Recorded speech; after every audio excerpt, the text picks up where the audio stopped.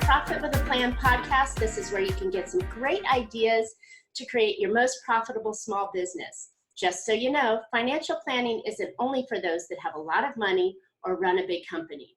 A workable financial plan is for us everyday small business owners who want to make great financial decisions that lead to bigger profits.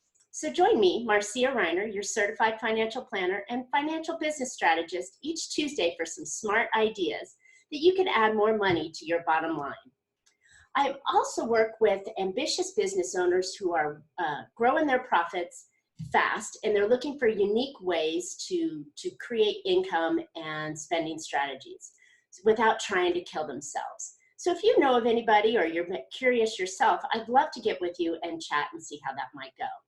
So we're going to get on with today's podcast today. My special guest is a dear friend of mine, Miss Leisa Reid. Hi, Leisa. Hey, Marcia. Thank you so much for having me today. You got it. So let me tell you a little bit about Leisa. So whether you're a speaker or not, there's no doubt that we all have the expertise that can leave an impact on the world that once it's shared. As the founder of Get Speaking Gigs Now, Leisa mentors business professionals and entrepreneurs who want to make an impact and ultimately attract their ideal client through speaking. Sounds good to me. As a speaker herself, Leisa has successfully booked and delivered over 400 speaking engagements. She is passionate about training speakers with varying levels of experience, messages, and niche markets. She believes that a great foundation, a solid network, and a proven strategy can help propel speakers to actualizing their potential. Wow, Leisa, that's an amazing introduction. And I think all of my business owners and entrepreneurs that are listening really need to hear your story. Wow, there goes the doorbell, huh? So why is it, that was kind of perfect with the ding dong just at the same time. You know, as a small business owner, we often work out of our home, and, you know, that's the way to utilize a great office space. And I love it, but generally I don't have a ding dong going off. I guess I just got a delivery, so I wonder what kind of goodies I have. Anyway, so Leisa, welcome to the podcast. I'm so glad you're here with us. Tell me again, why do speakers, why do we want as entrepreneurs to become speakers? Why is there an advantage to that? It's really that one-to-many advantage. If you are a business owner who goes out networking, for example, or wishes you had more customers or wants to scale your business in some fashion, we all have just the 24 hours a day in our day. So it's a great way, speaking is a great way to share your message from going from one-to-one, like at the table or on a phone call, to one-to-many. I always say if I'm going to go to a networking meeting, it'd be great if I'm the speaker, because then I get to not only network with people, but also make a bigger impact on who I can serve. So that's what I encourage my clients to do as well. I love that. And I think that it also makes you more the expert, right? Absolutely. It's all of a sudden, you know, people coming up to you after and asking your opinion and saying they want to get in touch with you, or maybe they want to hire you or buy your product. So it's a very effective way to position yourself and make yourself stand out at a networking event or another event. I was just using that as an example for one way you can speak. Wow. So tell me what kind of speaking places that we can go. Where's an ideal place that someone who's trying to build their expert status, where would they go to become a speaker? You know, I think a great place to start getting your message, let's say getting the wheels going and practicing in front of live audiences and making an impact, would be some service organizations. And I say that because I know there's people listening all across the country. I'll explain what that is in a moment. But there are service organizations all around the country, in many cities all around the country. So that's why this is a good example for your audience. But when I say service organizations, that might mean a Rotary Club, a Kiwanis Club, or a Lions Club. And largely those organizations are there to serve their local community. They usually have a nonprofit, one or two nonprofits that they're really working towards a big project and giving back to the community. But they also usually have a guest speaker every week. Wow. And they're always looking for different ideas or new people who are serving the community in some way. And there's the audience of those members. I mean, it's business leaders, it's possibly people who've had a lot of decades of experience and now are retired but want to still give back to their community, business professionals, sometimes some Congress people or council people are there. So it's a really great way to get involved in your community as well, but a wonderful way to practice your talk in front of live audience. And because they have so many chapters and so many each week they need a speaker, it's just a good way to get your foot in the door and get your message really polished in front of a nice group of people. I love it. I love it. How does one go about getting a speaking gig? Or even in more detailed, how does one go get a speaking gig at say maybe the Rotary or the Chamber or something along those lines? Yeah, well, there's lots of ways to do that. And one way is to ask. Keep it simple, right? Yeah, I think that's actually one of the things I find is that people say they want to speak. It's kind of like, I want to go on a trip around the world. But at one point, you actually have to plan it out and set yourself up so that you could take that trip around the world or you could speak. So really, before the ask, I actually recommend having a talk ready to go. And I call that get your talk. I help people get their talk ready to rock. Because when you, as a business, we'll just say business owner, entrepreneur, when you have your talk ready to go and you're like secure and you know that this message is really going to make an impact, it's going to serve the audience, it's also going to give you a platform to possibly attract some clients, then, so it's not, let me be clear, it's not just a half-hour sales pitch, you're really serving the audience, then you're more confident when you're going to go ask. If you don't have your talk ready to go and you get that courage to call and ask, what do you think their first question is going to be? So what's your talk about? What's your talk about? And if you say, oh, anything, I could talk about anything in mortgage or anything in this or anything in, no, that's a no-go. So you really want to have a plan set in place, just like anything, just like if you're setting up your financial plan, you have to go and research and see this is what I'm going to do. Everyone wants to, have millions of dollars when they retire, but there's still steps that one needs to take to get there. So first step is get your talk ready to rock. That's step number one. Then I recommend people create a list. Like, let's say if you want to go for Rotaries, okay, well, get your ducks in a row, get your list going, put all the information on there. So then that way, when you're ready to make the ask, whether it's through email or phone call or however, you are in sales mode. So there's a difference between admin mode and sales mode. I mean, if you've never been in sales before, I always thought this was obvious, but I've been in sales for a really long time. And it's two completely different hats. And as entrepreneurs, we're always wearing like, how many hats, right? Yes, more than we should. Your admin assistant hat is different than your salesperson hat. Totally different energy, different momentum, and all that. So those are a couple of the things that I would recommend. I love it. It makes total sense too. I mean, most of us want to do something, but in order to do it, you have to have a plan behind it, which is the foundation of what I do. And financial planning for business owners is having that structure and that plan and that goal and that direction that you're taking. You have to turn that around and do that with your speaking gig as well. You do. What kind of things do we need to have ready beyond just the topic? I've heard from many, and I'm a budding speaker as well. So I've heard from others that you need to have, a speaker reel, you need to have a speaker's one page, you need to, should I have published a book, or, just what kind of things do I need to have ready? That's a really good question, Marcia. And I think I'm glad that I did it wrong when I got started. Let's just say that. Because here's my point. Having all those things is wonderful. That's great. And it can certainly help you. And none of those are a bad idea. In fact, I have a whole session in my mastermind where we talk about getting your speaker sheet done and we get that designed so that's off your plate and ready to go. But, and I do believe having a speaker sheet is a great way. That's like you want to get your talk done and you have your speaker sheet ready, not because you need it, but again, because it builds up your confidence. It shows the person that you're serious. You actually are. I mean, it's one of my tests, like a litmus test that I'll take. Like if someone doesn't have a speaker sheet, I'm like, that's interesting. I wonder why. Like, how many talks have they actually done? Are they just telling me they're a speaker and they're not really? Like, if they're a serious speaker, why wouldn't they have that? So it's just my own internal thing. Now, but I want to be clear, and certainly if your listeners are like, what's a speaker sheet? What's a one sheet? What are they talking about? I'll explain that in a moment. But I will say this. I booked over 100 speaking engagements before I ever had a speaker sheet, before I had a reel, before I had a book. And so I don't want people to think that they have to have that in order to get started.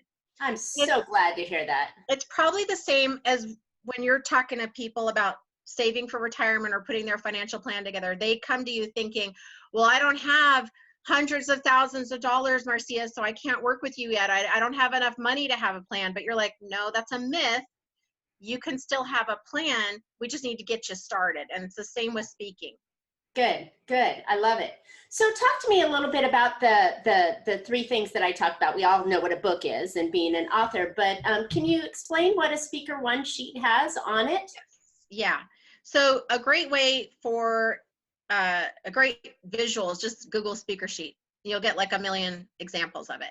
It's really just a sales page for you as a speaker. There's quite a few elements, and this is where people get stuck, and that's why I have it as a whole module for my mastermind. Oh, wow. Not one of those rocket science things, just like putting your financial plan isn't rocket science, but it's the drudgery of it. I got to put all this, getting all this stuff, and am I making the right choice, and is this correct? And so that's where it gets tricky. Okay.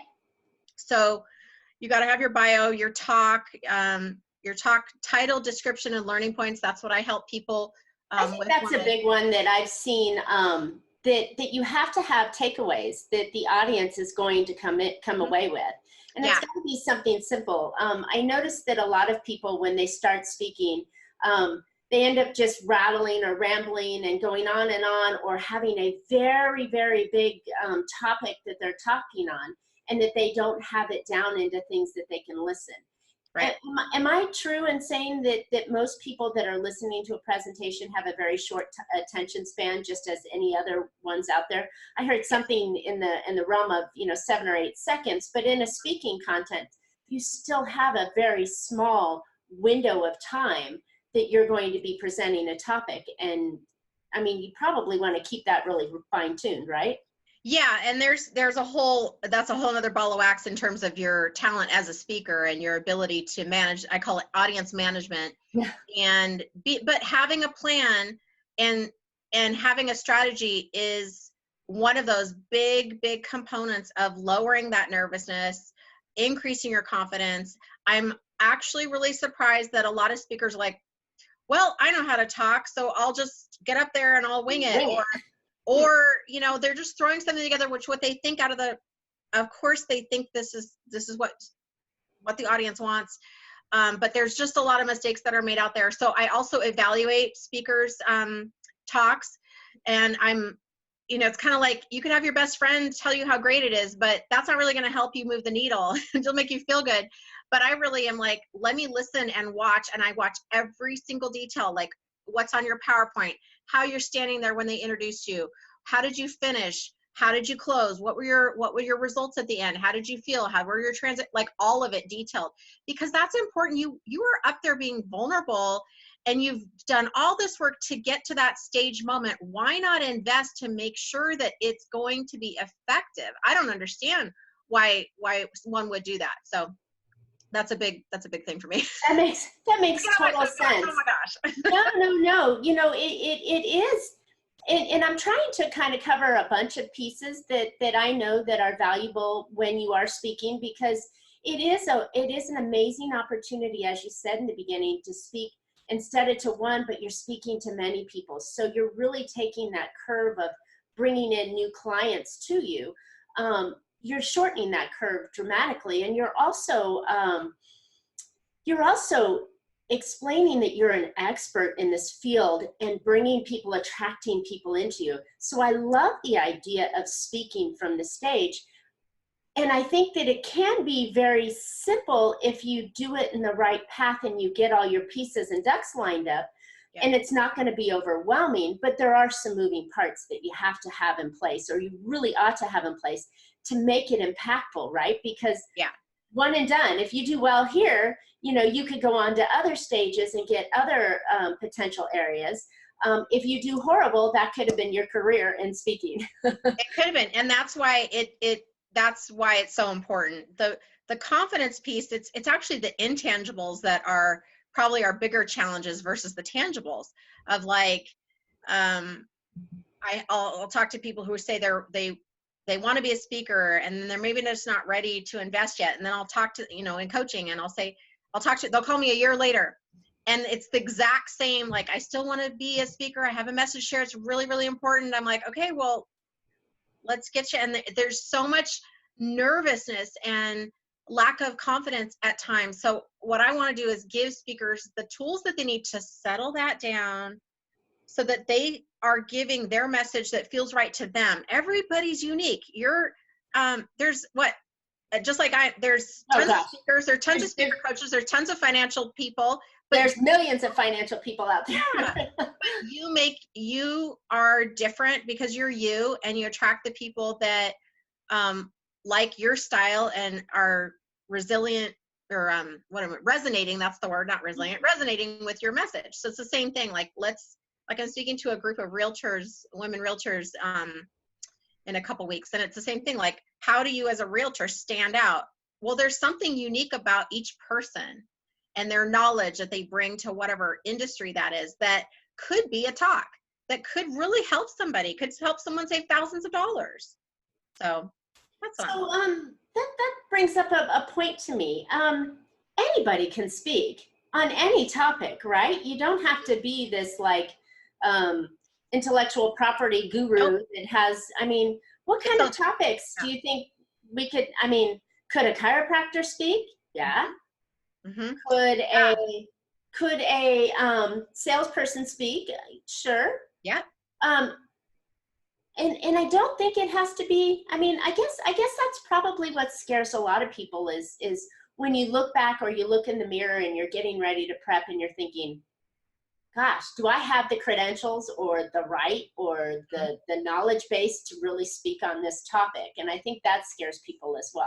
Yeah, that's what I mean about the intangibles. It's not so much the tangibles, it's the self-doubt and the imposter syndrome. Who am I I'm not an expert. Like, I don't even have a high school diploma, or, you know, whatever we tell ourselves, like, well, I don't have a book yet. That's sometimes I had a gal say to me, well, I don't have a speaker reel, so I can't be a speaker. I'm like, how are you going to how are you going to get a speaker reel if you're not a speaker? You have to get in there and go film yourself and go have some gigs, then worry about your speaker reel. The only people that need the speaker reel are really more the speaker bureaus and things. That's on a different level. So if you haven't gotten out there and spoken yet, you're not ready for that yet. So that's another thing. Sometimes people want to go right to the top of the mountain. I'm like, well, we need to start hiking first. Like, let's just put on your tennis shoes first. I love it. We need to get some hiking in our belt. Yeah. Gosh. So what are some of the obstacles besides the confidence that aspiring speakers are facing these days?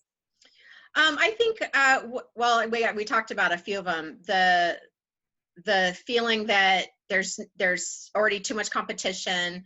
I think one of the biggest obstacles is, how do I take all my knowledge and funnel it down to a half an hour? Right. And a lot of times, you were mentioning that where, and I've been in these presentations, it's the worst, where the guy said at this particular one I'm thinking of, he's like, I've got 3 hours of material packed into 45 minutes, so I'm going to go through as quickly as I can. I'm like, why would we do that? No. Right.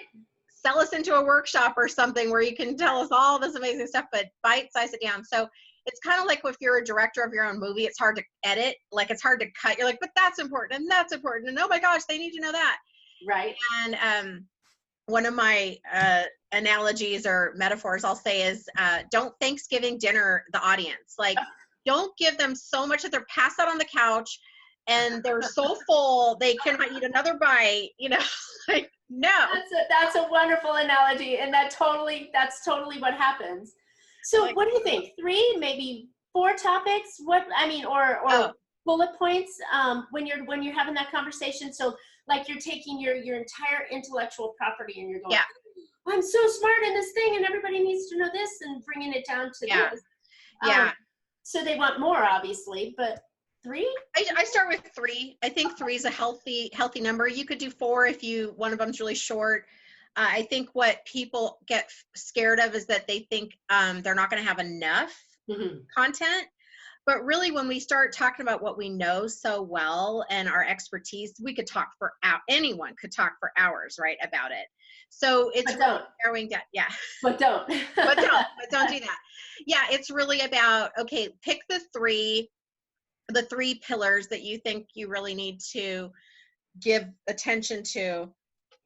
And it might not be, again, this is where there's that balance of really serving your audience with enough bite-size, the appetizer, so they want more, serving them in a way that it's valuable, but also leaving them wanting more so that they come to you. And that's a very, it's a balance. There's not like this exact formula for it. And that's why I said at the beginning, like, go out and practice it, because you'll create your talk. And this happens when I help clients get their talk ready to rock. I'm like, okay, so now we've created it. Now you got to go out and actually deliver it. Well, first you need to practice on your own, but then you need to go out and deliver it to a live audience. Maybe what you thought they wanted, they didn't want. Maybe that you got a question from someone or a comment from someone that changes the whole thing. So you got to understand that it's a evolving, I consider your talk an organism, a live organism, where it is breathing and, moving and growing, and you tweak it and you tweak it and you tweak it until you get to a point where you're like, I think we're good. But it just takes actual practice and getting out there. I love it. And it's so valuable. I'd love to just circle back, maybe to give folks some ideas on some topics that audiences like to hear. And yeah, they like to hear the benefits into that. Yeah, again, it just like in anything else, it is all about the with them, like what's in it for me. So when you're developing your talk or funneling down your expertise, like what would be helpful? What problems are you solving for people? What problems does the audience have? And not every talk is good for every audience either. You need to know who your target market is, where are they, and then how do you create a talk that would really serve that group of people. So it could be the mistakes that you see in the industry, or the pitfalls, the myths, the solutions, the keys, the secrets. These are all like great. It's like gold. Great headlines. Yeah. But you want it to be interesting and attractive. Otherwise, nobody will book you, number one. Number two, the audience will fall asleep on you if you don't make it interesting and relevant. Yeah. I think that there's a lot that we can do, and how this can really truly benefit. You spoke in the beginning about how it really attracts your ideal client. It sounds like if you've got a good topic and you're talking to the right people, and you're giving some nuggets away to them, they're going to be interested or attractive enough because you've worked them properly to have them want to have another conversation with you in one way, shape, or form, right? Is that how we're attracting clients out of speaking? Yeah, it's about serving. Are you a solution to their problem? Do you resonate with someone? Like you said, if it's a chiropractor, there's chiropractors all over the place, but maybe you spoke, or your specialty is something that really this person in the audience or people in the audience were suffering from. And sometimes you don't know. I think sometimes speakers think they're got to be mind readers. You don't know who is going to be resonating with you. There's been many times where I thought it was the person who was the most engaged in my talk and raising their hand and, really making eye contact and leaning in, only to find out it was the quietest person in the back who comes up to me after and says, hey, I really liked what you said. And they maybe are crying, and, we just have this connect. So for whatever reason, what they were holding on internally was why I was there to speak to that person. I don't know. I never know who it's going to be. But I think if we all kind of came in with that, it's like, I'm coming in with the intention to serve this group of people. We've already determined it's a fit in how you got scheduled to speak. And then you serve with an open heart. I know that sounds maybe a little ethereal, but you're serving, you're seeing who in the audience is going to sprout up that needs to work with me. That's wonderful. I find that I've gone to many speaker presentations over the years, many, really lots. Me too. And then there's always seems like there's two types of speaker presentations. The one where they're like offering service and they're offering nuggets, and you walk away with feeling empowered that, wow, I could do something, or I could benefit from that. And then there's the other ones that have, it seems like it's a sales pitch from the get-go. They come in and they start talking about their program and their program and their program, and they kind of get the hype up, and by the end of the program, you're so emotionally charged. You know, people are running back to the back of the room for a $25,000 package that nobody can afford in the room. What is the better way to go about that? I mean, is it the serving, or is it the selling something from the stage? Oh, well, I think it's both, but I definitely am on the serving side, but I also believe that you need to start at the end result. What's your call to action at the end, and have that in mind so that you are leading people to what kind of result you want to have. Because it's your time and you're giving. And I think that's a good point too. You've got to sell something. You can't just talk to talk, because then unless you're being paid to talk, it's not worth your time to be in that realm. But I don't think, am I kind of getting the idea right, that you don't need to be this big, huge da da da da da? No, in fact, sometimes rush to the back. No, sometimes people who are introverts are actually have the best results, or just being themselves. I think this is going to sound so cliche, but like really being authentic. Like, who are you? What excites you? What gets you pumped up about your expertise, and who's your audience? And like, for example, I'm industry agnostic when I speak. So I speak to a lot of different kind of groups. And if I'm speaking to a nonprofit organization and I come in and I know ahead of time I'm going to probably wear a little more muted colors.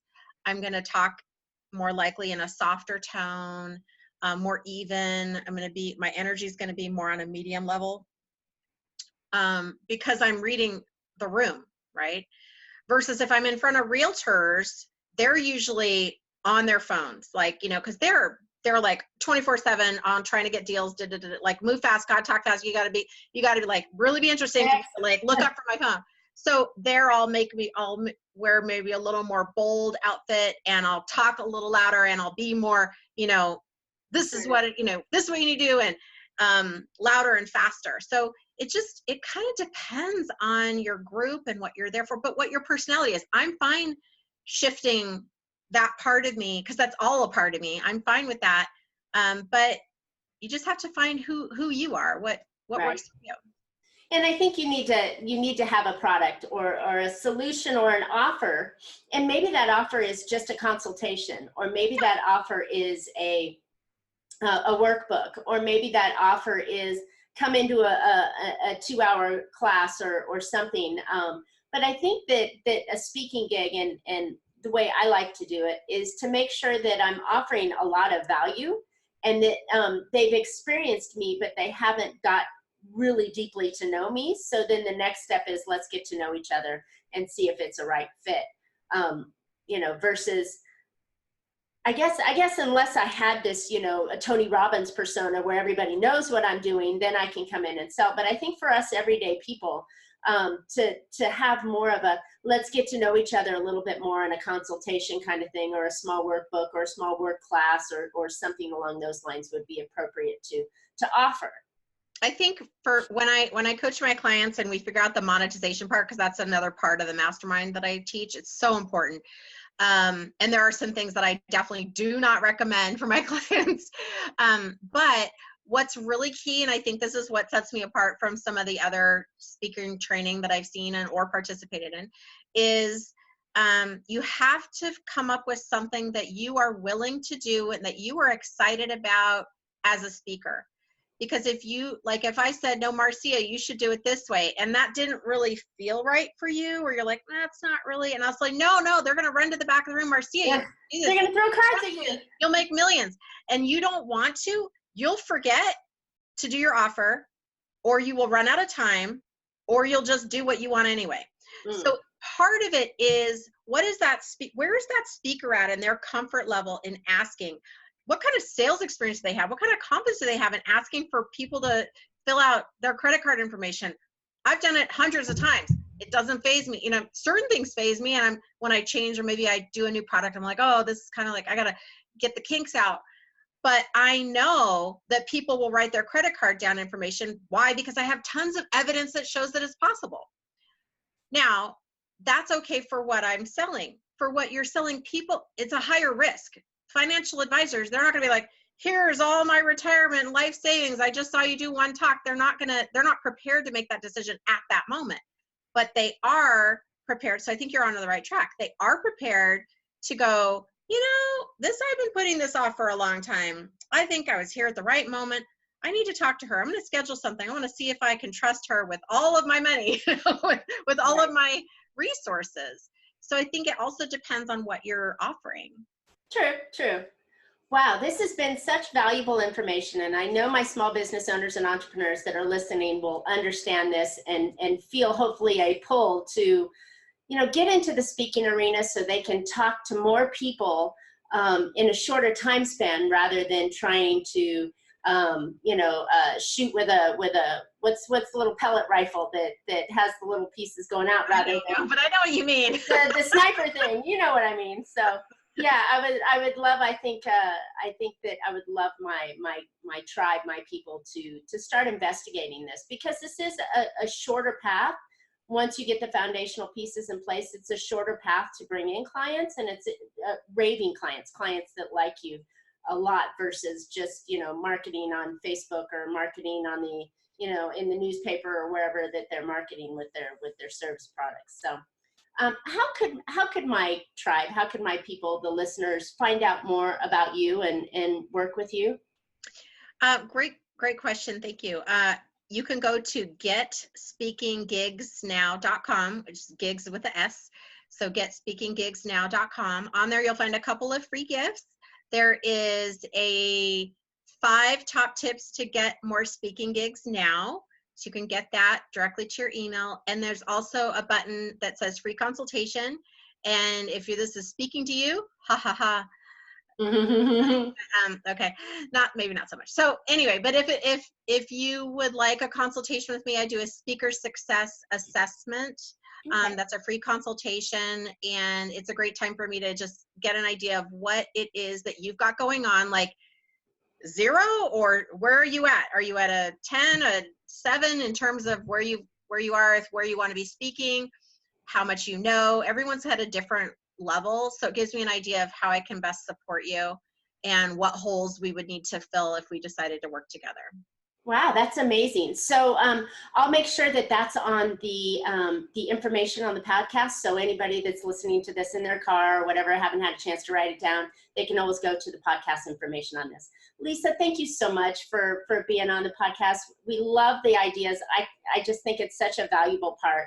And I hope that everybody else has found an idea or two that they can put into their business to have more profitability, and learn how to increase that and grow their business. So thank you again, both Leisa, and my information will be on the podcast description. So thank you very much, Leisa. So next week's show is on easy budgeting that you can do in 10 minutes because nobody really wants to do budgeting, right? Everybody hates it. So the budgeting factor is going to be in there. So I'll make sure you guys have a large dose of coffee when we're listening to this, but it'll be very interesting and very easy to do and essential for your financial plan. So something I wanted to announce, I'm very excited that I am close to finishing my second book. It's entitled Big Profit Secrets Exposed, and I'll be going out on my own speaking tour in October through 2020, so I'm really excited. And I hope that you guys will follow me, and as it comes out, I'll make sure you guys have more information on it. So thank you so much again, Leisa, for showing up, and I hope that all of you will catch Profit with a Plan podcast on your favorite podcast player. We're looking forward to more profitable information on next week's show. And until then, profit with your plans.